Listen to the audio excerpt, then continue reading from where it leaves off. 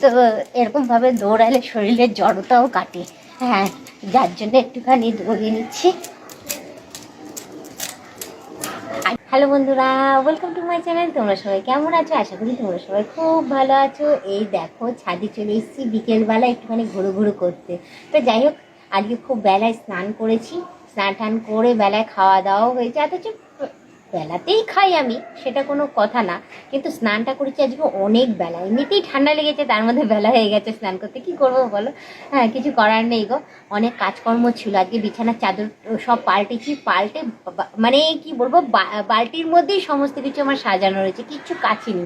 তো কালকে কাচবো সব, কারণ আজকে না স্নান করে উঠে দেখছি এতটাই বেলা হয়ে গেছে। তো তাড়াতাড়ি করে খেয়ে দিয়ে বাসন টাসন মেজে নিচ্ছি। খুব জোর খিদেও পেয়েছিলো, এত জোর খিদে পেয়েছিল না, আর সামলাতে পারি না। তার মধ্যে কী বলো তো, আজকে সুন্দর রান্না করেছিলাম আমি, যার জন্য আজকে খিদেটাও পেয়েছিলো খুব জোরে। তো যাই হোক, এখন খেয়ে দিয়ে বাসন টাসন নিয়ে যে চলে এসেছি ছাদে। এসে একটুখানি ঘুরছিলাম, বেশ সুন্দর লাগছে কালকের থেকে না।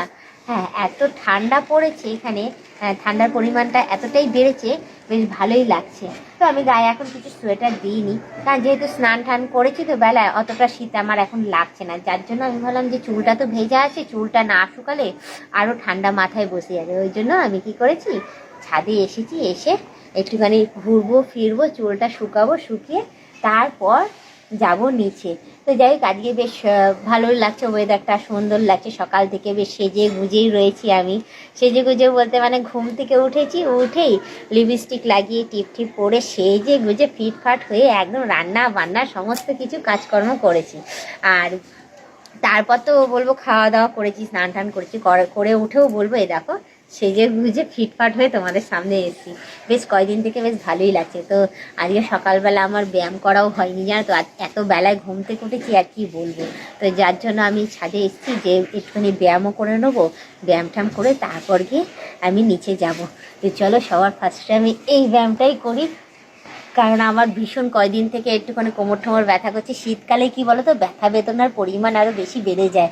আমার বয়স সেরকম নেই, তারপরেও বলবো ব্যথা বেদনা আমি প্রচণ্ড পরিমাণে ভুগছি। হ্যাঁ, মানে কি আর বলবো, মানুষের বয়স হয়ে গেলে ব্যথা বেদনা মানে বাজে কথা, বাজে কথা। কম বয়সে যারা থাকে তাদেরও ব্যথা বেদনা হয়। তো সবার প্রথমে আমি এখান থেকেই স্টার্ট করলাম। করার পরে ভেবেছিলাম লাফদড়ি নিয়ে এসে একটুখানি লাফাবো, কিন্তু সত্যি কথা বলতে আজকে একদম সময় নেই আমার লাফদড়ি নিয়ে এসে লাফানোর। আর দেখতেই পাচ্ছ কেমন ঠান্ডা লেগেছে, দেখেছো? দেখো,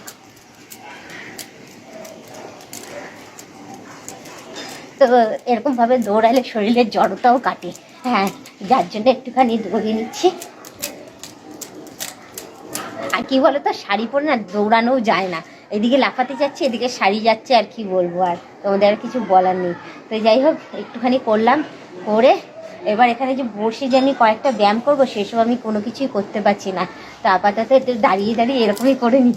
দেখেছো, কোথাও কিছু করতে গেছি তারটা লেগে যাচ্ছে। তো বেশ ভালোই লাগছে, খোলা চুলে সুন্দরভাবে সাজুগুজু করে আমি এক্সারসাইজ করে নিচ্ছি। কি আর বলবো তোমাদেরকে।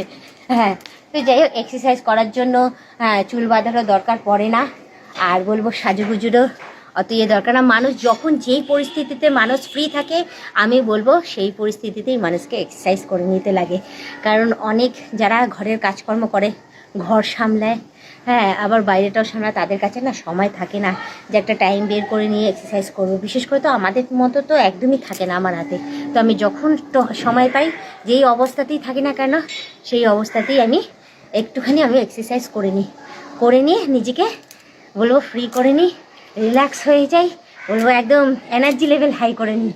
তো যাই হোক, আমার এদিকে ব্যায়াম করা কমপ্লিট হয়ে গেছে। তো আমার এখন বলবো যে আজকে তো আমি ফ্রি আছি, কালকের থেকে পুরোপুরি ফ্রি হয়ে যাব।